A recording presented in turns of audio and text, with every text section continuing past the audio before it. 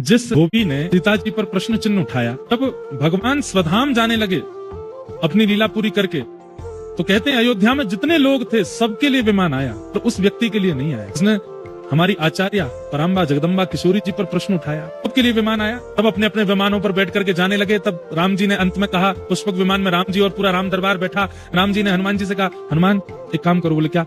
जाओ देख करके बताओ, कोई रह तो नहीं गया अयोध्या में? सबका विमान आ गया, सब बैठ गए ना? हनुमान जी महाराज व्यवस्था देखने गए, कोई रह तो नहीं गया, सब बैठ गए साकेत जाने के लिए। तभी हनुमान जी ने देखा कि सरजू जी के तट पर धोबी रो रहा है। हनुमान जी, तुम क्यों रो रहे हो और तुम विमान में क्यों नहीं बैठे? बोले मेरे लिए विमान आया नहीं। अरे तो तुम्हारे लिए आया, किसी और के में बैठ जाओ। बोले मुझे कोई विमान बैठा नहीं रहा, और मैं किसी में बैठ भी जाता हूँ तो वो विमान उड़ता नहीं है, विमान ही कहने लगता है कि ये अनधिकारी है, इसको उतारो पहले। हनुमान जी लेकर के उसको गए, ले जाकर के राम जी के सामने प्रस्तुत किया। राम जी बोले, अच्छा तुमको कोई विमान स्वीकार नहीं कर रहा? बोले नहीं।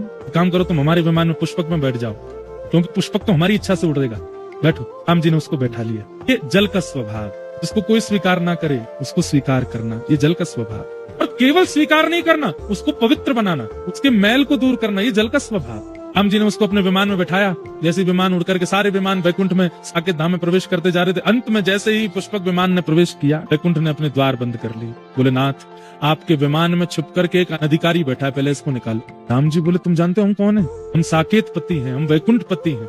हमारी इच्छा से साकेत का निर्माण हुआ है, हमारी इच्छा से सारा भूमंडल चलता है, हमारी इच्छा है कि हम उसको लेके जाएंगे, तुम कैसे द्वार बंद कर सकते हो? बोले महाराज क्षमा करें, पर साकेत के जो नियम हैं, उन नियमों में आचार्य अवहेलना करने वाले को ये कभी नहीं प्राप्त हो सकता साकेत। तो इसमें अगर स्वामी भी चाहेंगे तो भी साकेत उसको स्वीकार नहीं करेगा जो आचार्य अवहेलना करके आया है।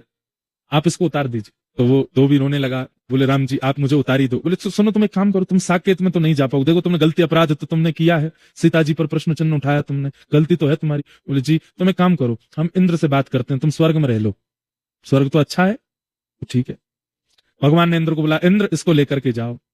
इंद्र ने अपना मुकुट उतार करके राम जी के चरणों में धर दिया। बोले अभी इस्तीफा देता हूं, इसको नहीं लेके जाऊंगा। आचार्य अवहेलना करने वाले को अगर स्वर्ग ले जाना पड़ेगा तो मैं अपने आचार्य, अपनी इंद्र पदवी से इस्तीफा दे दूंगा। बोले भाई मैं कह रहा हूं, मेरी आज्ञा नहीं मानो, आप चाहे जो कहिए सब करेंगे हम, पर हमारी सिया जी पर प्रश्न चिन्ह उठाने वाला, लक्ष्मी जी पर उंगली उठाने वाला, इसको स्वर्ग में स्थान दूंगा मैं।